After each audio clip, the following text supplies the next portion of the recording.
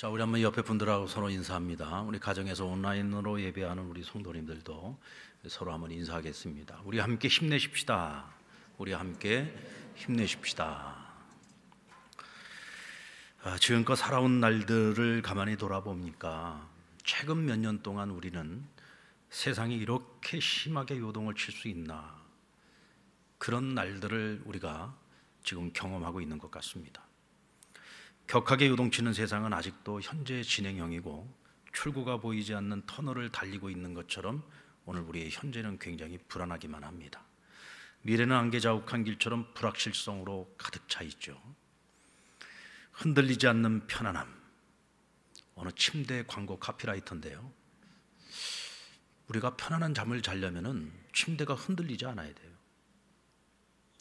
우리가 평안한 인생을 살아가기를 원한다면 우리 인생의 기초를 흔들리는 곳에 세우고 살면 안 됩니다. 흔들리지 않는 절대 가치의 우리의 삶의 기준을 세우고 살아갈 때 우리가 평안한 인생을 살아갈 수 있습니다. 세상의 가치는 어떻습니까?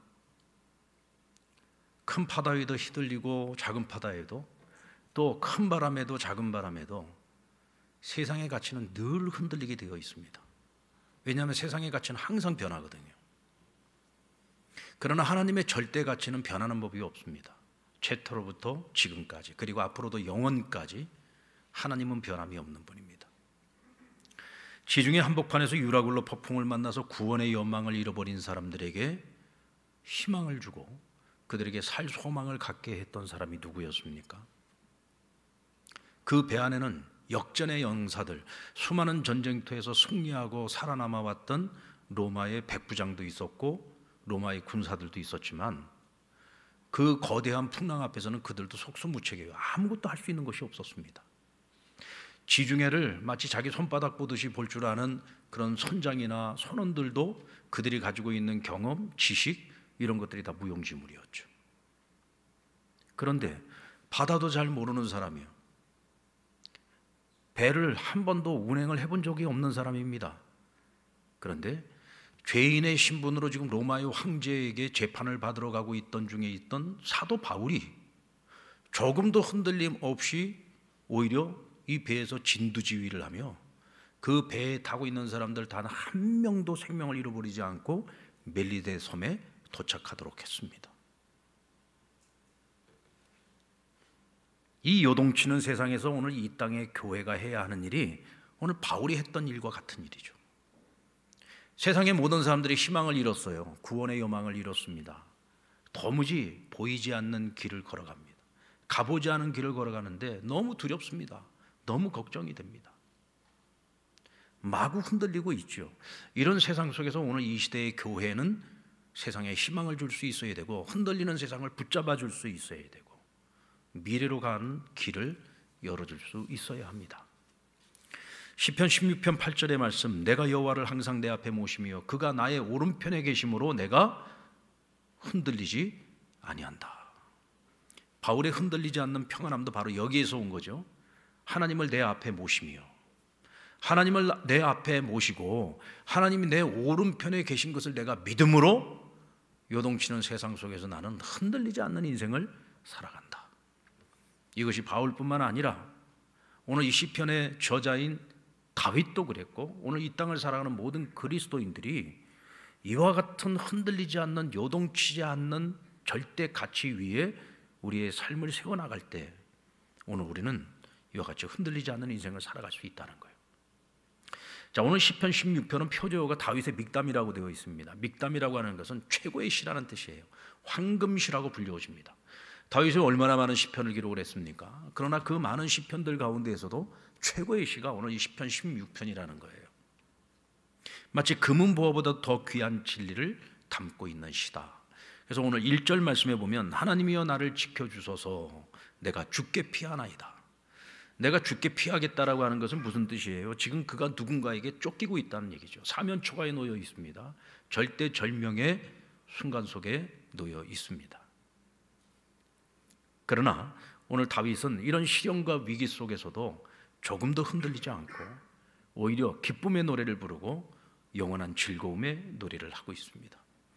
그래서 저희는 오늘 이 시편, 이 고백을 통해 요동치는 세상 속에서 어떻게 하면 교회가 또 이 땅을 살아가는 우리 그리스도인들이 흔들리지 않고 하나님 우리에게 맡겨주신 사명을 잘 감당할 수 있을까? 오늘 이 질문에 대한 답을 우리가 함께 찾아보고자 합니다. 자, 먼저 시인은 하나님을 항상 내 앞에 모시고 산다고 했습니다. 여러분, 우리가 믿는 하나님은 보이지 않는 하나님이죠. 어떤 형상으로 우리 앞에 모셔놓고 그 형상을 섬기는 종교가 아니에요. 우리 기독교는 눈에 보이지 않는 하나님, 전능하신 하나님을 믿고 살아가는 거죠. 그래서 하나님을 내 앞에 모시고 살아간다라고 하는 것이 형상을 모시고 신앙생활을 하고 있는 타종교인들하고 우리가 받아들일 의미가 좀 달라요. 자, 오늘 우리가 하나님을 내 앞에 모시고 살아간다라고 하는 의미는 어떤 의미냐? 내가 하나님보다 결코 앞서지 않는 삶을 살아가겠다는 거예요. 언제나 하나님이 우리보다 앞서 가시고 우리는 그 하나님이 인도하시는 대로 따라가는 삶을 살아가겠다는 거죠. 이스라엘 백성들이 불확실성이 가득한 광야길을 걸으면서도 그들이 흔들리지 않고 하나님이 주시는 평안함을 누릴 수 있었던 이유가 뭔가요? 언제나 하나님이 그들을 이끌어 나가실 때에 항상 3일 길을 먼저 앞서 가셨어요. 누가요? 하나님이. 그럼 하나님은 어떻게 앞서 가셨느냐?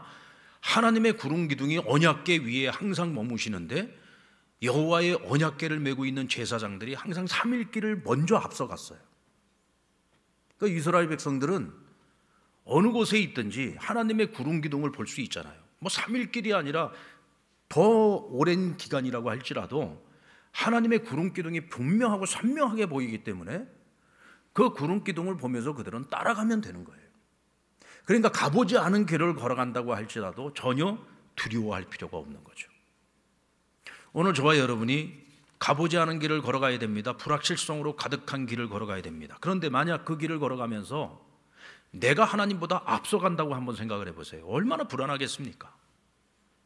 과연 내가 이 길을 끝까지 갈 수 있을까? 혹시 내가 가고 있는 이 길이 잘못된 선택은 아닐까?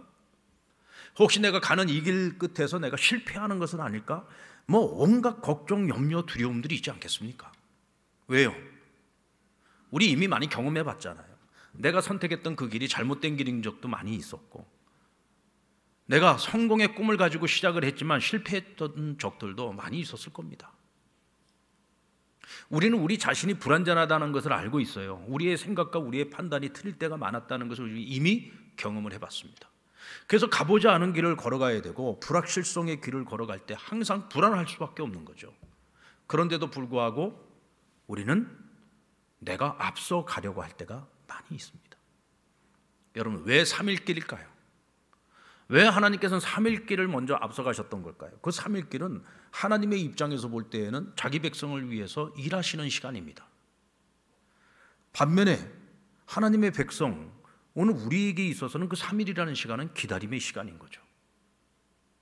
그런데 우리는 이 기다림을 견디지 못해서 내가 앞서 버릴 때가 많이 있어요. 하나님의 사인이 보이지 않는데도 불구하고 내가 마음이 급해서 내가 일을 저질러 버릴 때가 많이 있다는 거죠. 잠언 3장 6절 말씀,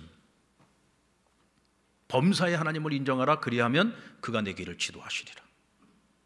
범사의 하나님을 인정한다는 것이 무엇입니까? 모든 일에 있어서 먼저 하나님께 묻고 하나님의 사인을 구하면서 하나님의 구름기둥이 움직일 때까지 기다리는 거예요. 하나님의 구름기둥이 움직이기 시작하면 그때부터 3일길 뒤에서 우리는 하나님의 사인을 바라보며 뒤따라가는 겁니다. 이때 우리에게 실수가 없어요. 넘어지지 않는 겁니다. 베드로가 예수님께 주는 그리스도시요 살아계신 하나님의 아들이라고 고백을 했을 때 예수님은 얼마나 기뻐하셨습니까? 내가 참으로 복되도다. 그리고는 베드로에게 천국의 열쇠를 맡기시겠다고 했어요.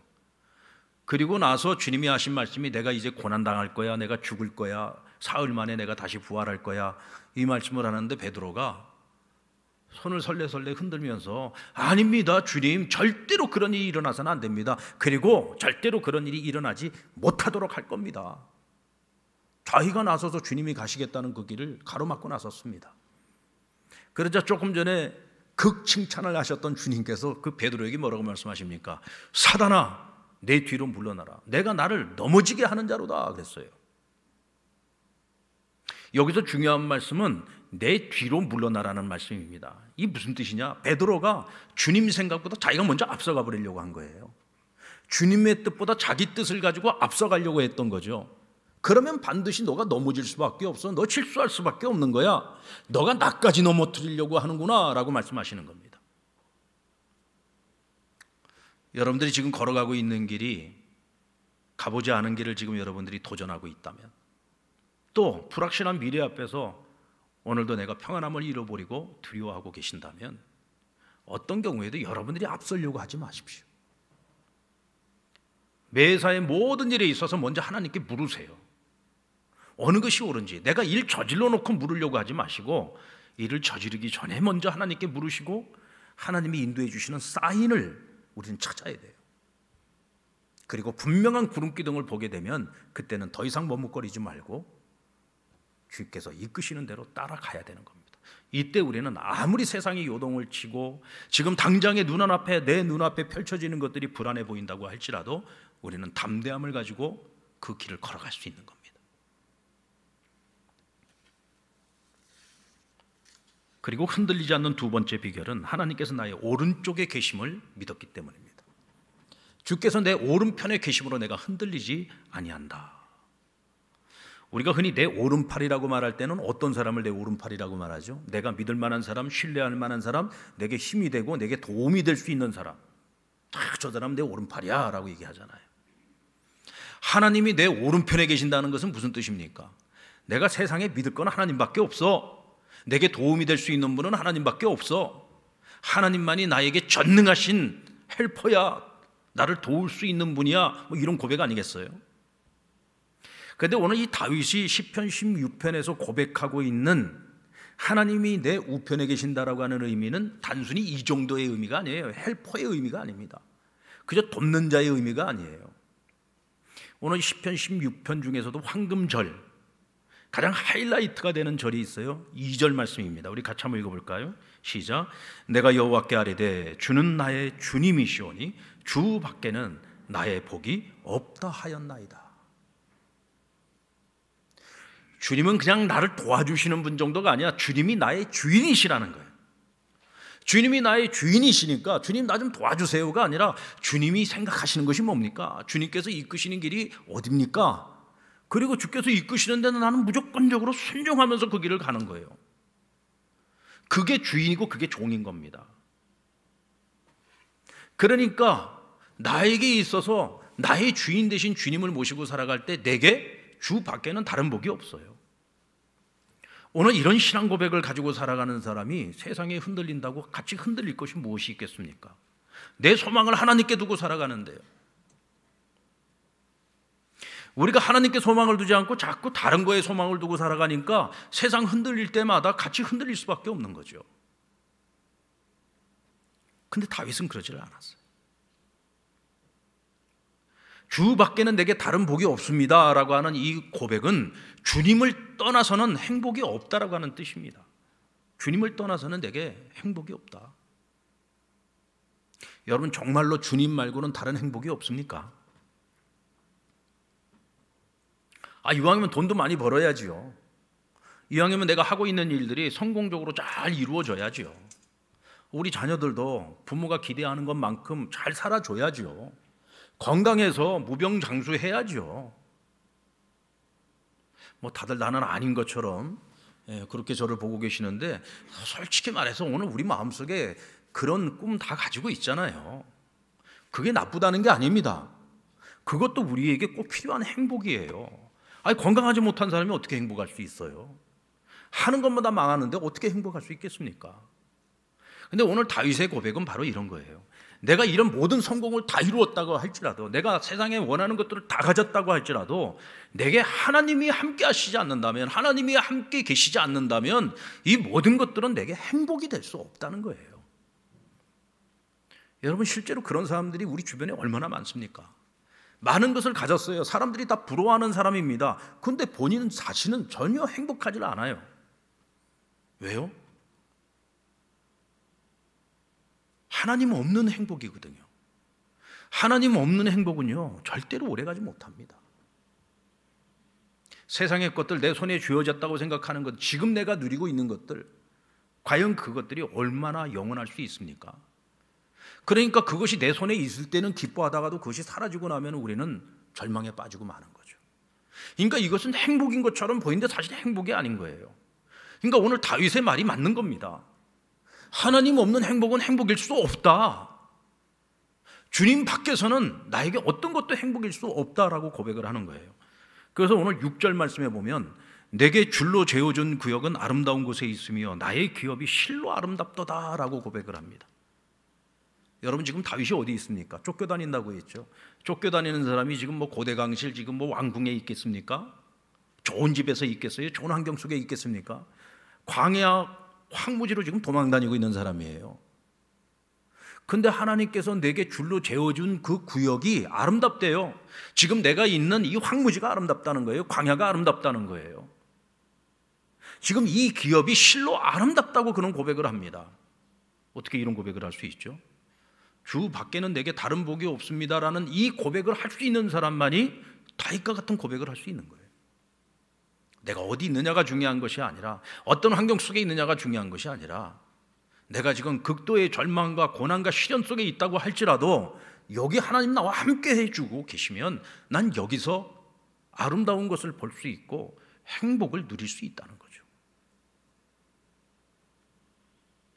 여러분들은 오늘 그런 행복을 경험하고 있습니까?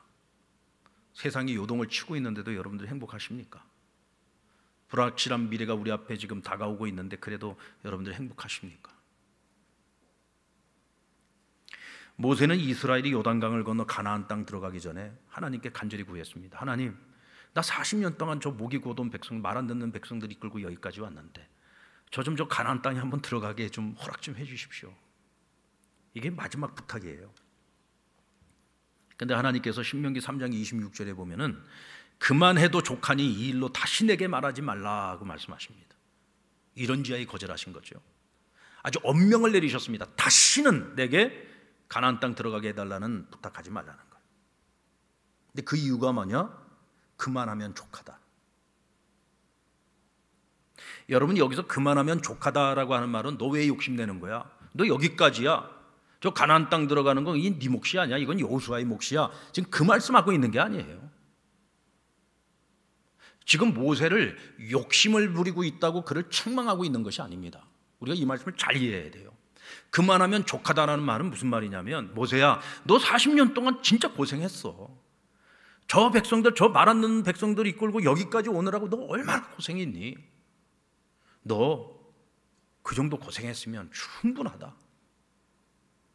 이제 저 가나안 땅 들어간다고 그 땅이 그냥 너희에게 거저 주어지는 게 아니야. 들어가서 피비린내 나는 전쟁을 치러야 돼.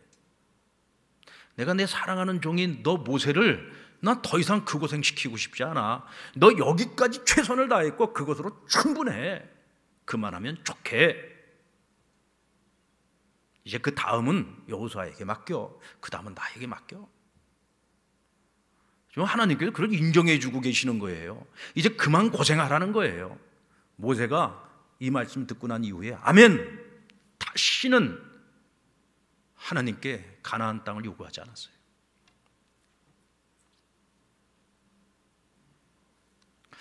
여러분, 우리는 내가 시작을 했으면 내가 끝을 내야지 된다는 생각을 많이 하고 살아요.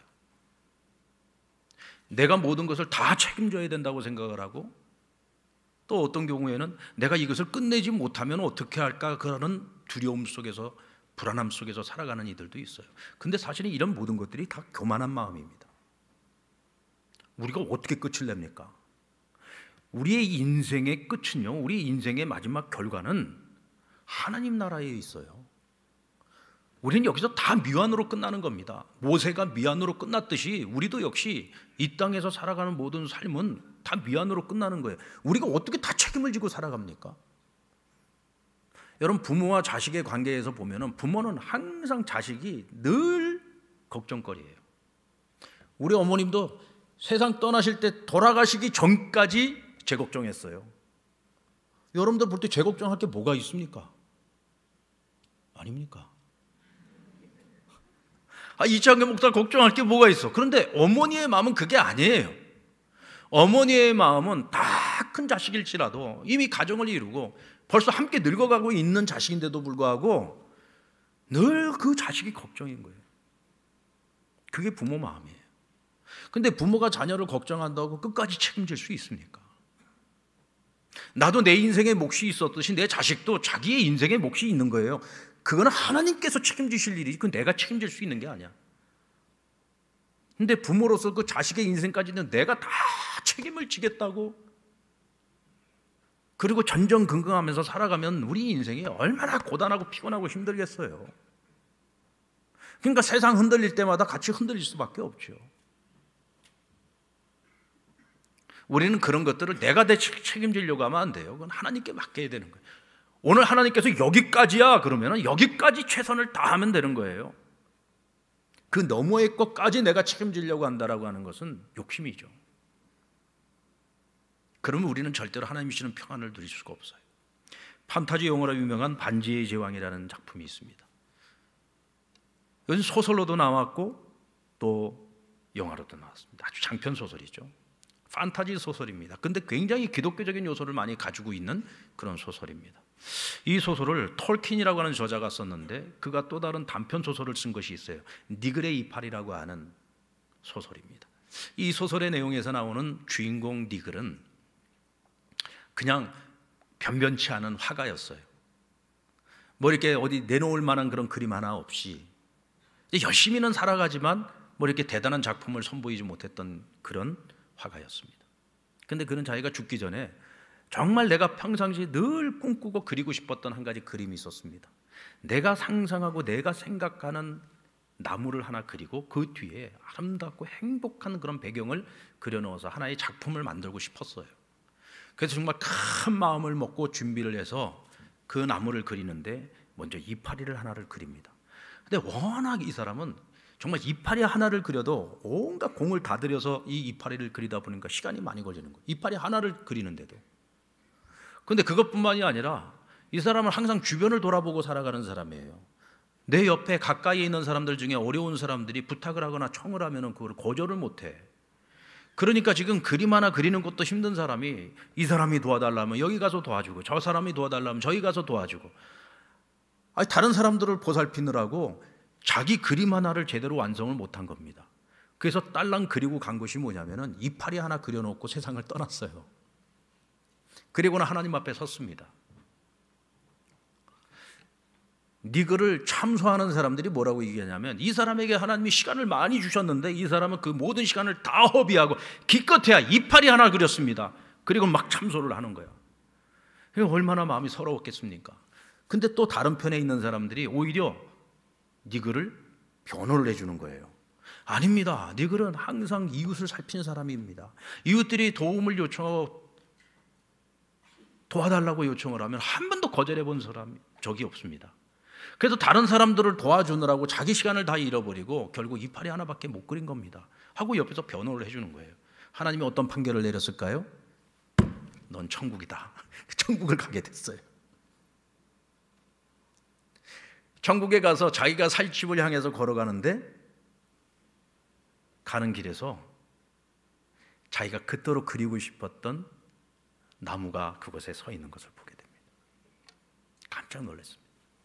자기가 상상했던, 정말이지 내가 그리고 싶었던 그 나무가 그거 천국에 딱 서 있는 거예요. 그 모습을 보면서 니글이 이렇게 노래합니다. 하나님이 나에게 최고의 선물을 주셨다. 내가 이 땅에서 완성하지 못한 그 나무를 천국의 하나님이 준비해 주셨구나. 여러분, 우리가 여기서 이루지 못한다고 해서요, 이루지 못하는 게 아니에요. 여기서 이루지 못하면 천국에서 이룰 수 있는 거예요. 내가 이루지 못하면 누군가는 그것을 마저 이루어 줄 수 있는 것입니다. 사실은 오늘 이 느그레의 이파리는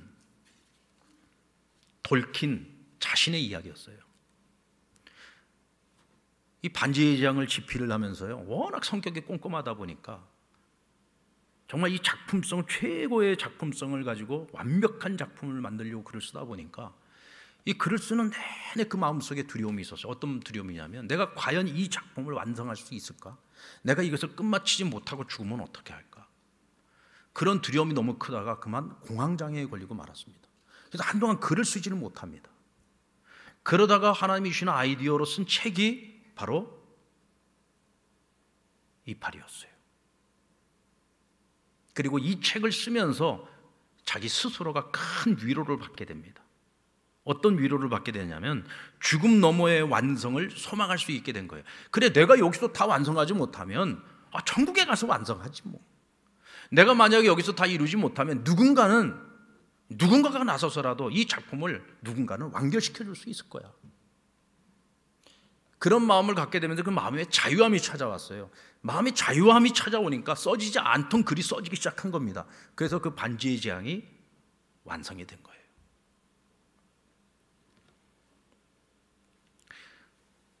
여러분, 모세 역시도 마찬가지입니다. 모세가 완성하지 못한 것을 누가 완성했어요? 여호수아가 완성해냈잖아요. 그러면 여호수아는 그러면은 요단 서편 땅에 들어가서 그 하나님이 약속하신 젖과 꿀이 흐르는 땅을 다 정복했냐? 아니요. 그는 살아생전에 그 땅 다 정복하지 못했어요. 완전 정복을 보지 못하고 죽은 겁니다. 이게 여러분 인생이 보여주는 한계예요. 우리는 이 땅에서 결국은 전부 미완으로 끝나고 마는 겁니다. 우리의 인생의 완성은 하나님 나라에 있는 거예요. 아멘입니까? 우리가 이 마음을 가지고 살아갈 수 있을 때 우리는 앞서서 우리를 인도해 주시는 하나님을 따라서 하나님이 주시는 평안을 가지고 묵묵히 그 길을 따라갈 수 있어요. 오늘 여기까지만 하면 여기까지 최선을 다하면 되는 것입니다. 아무리 세상이 흔들린다고 해도 흔들리지 않는 세상을 살아갈 수 있는 사람. 여러분들, 내가 흔들리지 않으면요 세상도 흔들리지 않아요. 우리가 맨날 세상이 너무 요동을 치는 것 같다. 그거는요, 세상이 요동을 치는 것도 있지만 사실은 내 마음이 요동치고 있는 거예요. 내가 흔들리니까 세상은 더 요동치는 것처럼 보이는 거예요. 그러니까 더 심하게 안 보이는 거예요. 절망밖에 보이지 않는 거죠. 오늘 우리는 나를 무엇에 붙들어 매어 살 것입니까? 어디에 붙들려서 여러분들 살아갈 거예요? 흔들리는 것에 붙들려서 살아가면 우리는 같이 흔들리는 거고, 흔들리지 않는 것에, 견고한 것에 내가 붙들려 있을 때 오늘 우리가 흔들리지 않을 수 있는 거죠. 7절 말씀에 보면 나를 훈계하신 여호와를 송축할지어다. 밤마다 내 양심이 나를 교훈하도다. 바로 하나님 말씀이요. 나를 훈계하는 하나님의 말씀에 내가 붙들려서 살아가고 내 양심에 부끄럽지 않은 삶을 살아갈 수 있을 때 그 사람은 이 세상을 향한 복이 될 수 있어요. 흔들리지 않을 뿐만 아니라 흔들리는 사람들을 붙잡아 줄 수 있고, 흔들리는 세상을 붙잡아 줄 수 있고, 희망이 없이 절망하고 있는 세상을 향해서 희망을 줄 수 있는 사람, 다시 말하면 우리 자신이 복이 될 수 있어요. 복. 하나님께서 나이 75세의 아브라함을 믿음의 세계로 불러주십니다. 내 본토 친척 아비 집을 떠나 내가 내게 지시하는 땅으로 가라, 이 말씀하시면서 그에게 많은 약속을 해주셨는데, 땅을 약속해 주셨고 많은 자손들을 약속해 주셨고 내 이름을 유명하게 하겠다고 약속해 주셨어요. 그런데 그 어떤 말보다도 아브라함으로 하여금 가슴을 설레게 만들었던 복의 약속이 뭐냐? 창세기 12장 3절 말씀, 땅의 모든 족속이 너로 말미암아 복을 얻을 것이다. 다시 말하면 내가 복이 될 거다. 너를 만나는 사람들이 너 때문에 복을 받을 거야. 너가 가는 곳마다 그곳 사람들이 너로 인하여 복을 받게 될 거야. 아니, 천하 만민이 너로 말미암아 복을 받을 거야. 세상에 여러분, 이거보다 더 큰 축복이 어디 있습니까?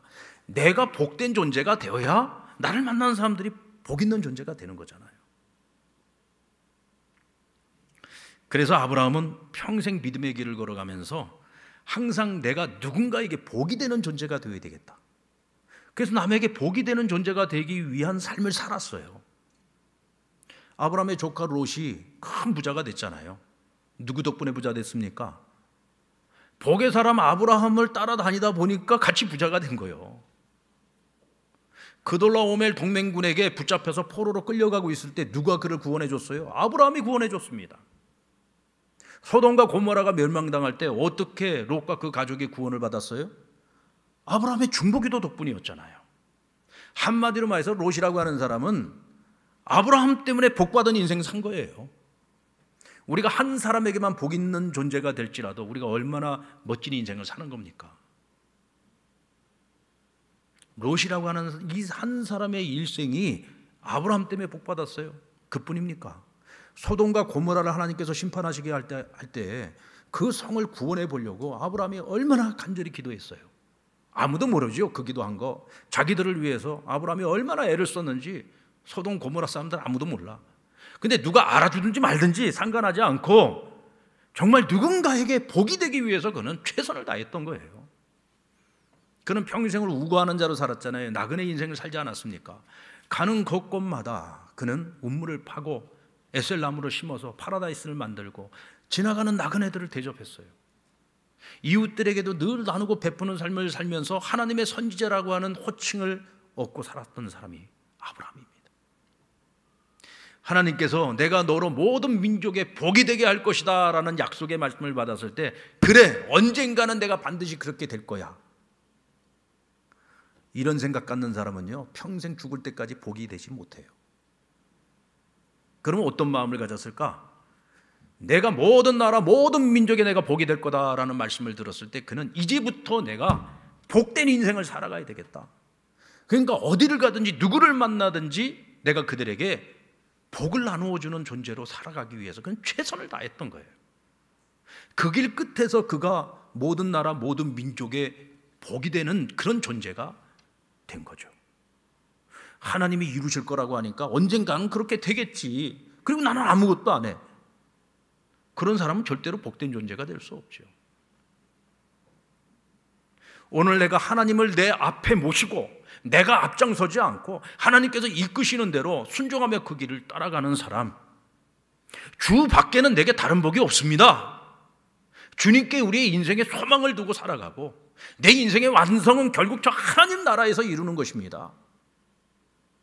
이 믿음 가지고 흔들리지 않는 인생을 살며 흔들리는 세상을 붙잡아주고 그렇게 세상에서 복된 존재로 살려고 애쓰는 사람, 바로 그런 사람이 믿는 사람이요, 그런 믿는 자들이 함께 모인 공동체가 교회입니다. 교회의 역할이 바로 그와 같은 역할을 감당해야 된다는 거예요. 얼마 전에 우리나라 지성의 대표였던 이어령 교수님이 세상을 떠나셨어요. 이분은 철저한 무신론자였습니다. 이 인생 말년에 사랑하는 딸 이민아 목사로 인해서 예수님 영접하게 되죠. 그리고 그분은 세상 떠나기 전까지 정말 기독교 서적들을 많이 저술을 하셨어요. 그리고 또 좋은 강연들을 많이 하셨는데 돌아가시기 전에 이분이 4차 산업시대, 앞으로 인공지능 시대를 살아가야 될 우리 인류의 미래를 이야기를 하면서 그럼 이런 시대에 우리 한국 교회의 역할은 무엇인가? 한국 교회가 지금 준비해야 되는 것은 무엇인가? 새로운 세상 속에서 이런 불확실성 속에서 교회가 무엇을 해야 하는가라고 하는 것에 대해서 강연을 하신 적이 있습니다. 근데 그 강연의 내용을 보면은 이런 거예요. 하나님께서 자기 형상을 따라 지음받은 존재가 인간입니다. 그런데 그 인간은 인간보다 더 뛰어난 존재를 만들어냈어요. 창조해냈습니다. 그것이 뭐냐? 인공지능이에요. 여러분, 우리는요, 우리가 가지고 있는 지식이 한정되어져 있습니다. 내 머릿속에다가 집어넣을 수 있는 지식이 한계가 있어요. 아무리 머리가 좋고 천재라고 할지라도 내 머리를 가지고서 할 수 있는 분량이 한계가 있습니다. 그런데 인공지능은 그게 아니에요. 자기 스스로가 가지고 있는 지식을 가지고 계속해서 업그레이드 해나가는 거예요. 온 세상의 지식을 다 가져다가 계속해서 업그레이드 해나가는 겁니다. 이 세상에 어떤 인간이라도 인공지능보다 더 뛰어날 수는 없습니다. 인간이 창조해냈는데 인간보다 더 뛰어난 존재를 만들어낸 거예요. 거기다 지금 로봇 기술이 얼마나 발달하고 있습니까? 거의 인간과 흡사한 인간을 만들어내는 거예요. 거기다가 인간의 뇌와 아니 인간의 뇌보다 훨씬 더 초월적인 그런 뇌를 집어넣어서 하나님이 창조하신 인간보다 더 훨씬 더 월등한 인간을 창조해내는 겁니다. 여러분, 지금 그런 세상이 우리 앞에 지금 달려오고 있습니다. 아니 막 날아오고 있어요. 우리는 금방 그런 세계를 경험하게 될 겁니다. 앞으로는요, 우리의 지능이요 보편화되는 시대가 옵니다. 내가 모르는 거 있으면 인공지능한테 물어보면 다 가르쳐 줍니다. 공부 많이 한 사람이나 적게 한 사람이나 차이가 없어요. 물어보면 다 얘기해 줍니다. 언어도 마찬가지고 모든 지식, 모든 정보가 우리가 알려고만 하면 언제든지 쉽게 다 알 수 있어요. 그런 시대로 앞으로 우리가 살아갈 거고, 우리가 살아가는 노동도요 훨씬 더 우리가 편안해지는 그런 시대를 살아가게 될 겁니다. 어찌 보면 훨씬 더 좋은 세상, 유토피아가 펼쳐질 것 같은 그런 환상을 우리가 가질 수가 있어요. 근데 과연 그런 미래가 우리 앞에 찾아올까요? 모든 것이 보편화되는 시대, 우리의 삶은 훨씬 더 편해지는 시대. 그러나 인간은 점점 더 공허해질 겁니다. 인간됨이라는 것이 무엇인지조차도 상실해버린 채 나중에는 인공지능 로봇에게 종속되어져서 살아가야지 되는 그런 세상이 올 수도 있어요. 대체 인간이 뭐냐? 인간됨이라는 것이 대체 뭐냐? 앞으로 인류가 꿈꿔야 되는 미래는 뭐냐? 우리의 희망은 뭐냐? 생명이 뭐냐? 이런 거에 대한 답을 얻지 못한 채 방황하는 그런 세상이 오게 될 거라는 거예요. 이거야말로 혼돈이고 이거야말로 지옥이라는 거죠. 이런 세상 속에서 답을 줄 수 있는 공동체는 교회밖에 없다. 왜?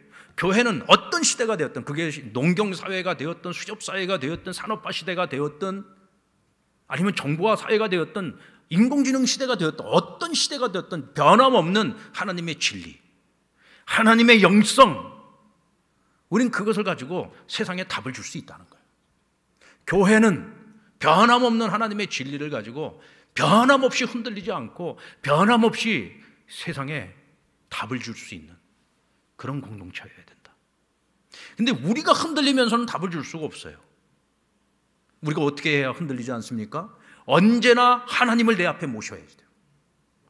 언제나 하나님이 내 우편에 계심을 내가 믿어야 돼요. 오직 주님만이 내게 복입니다. 오직 하나님만이 내게 복입니다. 오직 하나님의 말씀만이 내게 진리입니다. 이 분명한 믿음과 이 확신을 가지고 우리가 이 땅을 살아갈 수 있을 때 우리는 불확실성의 미래 앞에서도 희망을 줄 수 있는, 유라굴로 폭풍 속에서도 희망을 주고 소망을 주었던 바울처럼 우리는 이 시대의 교회의 그 역할을 저와 여러분이 감당해낼 수 있는 것입니다.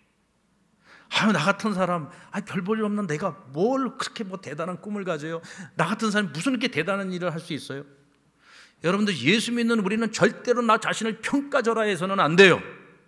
오늘 우리 안에 예수 생명이 있잖아요. 하나님의 생명이 있지 않습니까? 우린 육에 속한 자가 아니라 하나님의 영에 속한 자들이에요. 하나님 나라에 속한 자들입니다. 절대로 여러분 자신을 비하시키지 마세요. 나의 존재가 얼마나 소중한 존재예요, 얼마나 위대한 존재인지를 주님 안에서 볼 수 있어야 되고 그것을 깨달을 수 있어야 돼요. 그래서 우리는 함부로 살면 안 됩니다. 우리에게 주어진 시간들을 그냥 거저 흘려보내면 안 되는 겁니다. 끊임없이 하나님을 찾아야 되고 끊임없이 하나님 앞에서 하나님의 말씀 그 진리를 가지고서 나를 붙들어 세워가야 되는 겁니다. 이때 우리가 그 역할을 감당할 수 있습니다. 오늘 저와 여러분이 그런 미래를 꿈꾸고 그런 미래 속에서 우리의 역할을 감당할 수 있기를 주의 이름으로 축원합니다.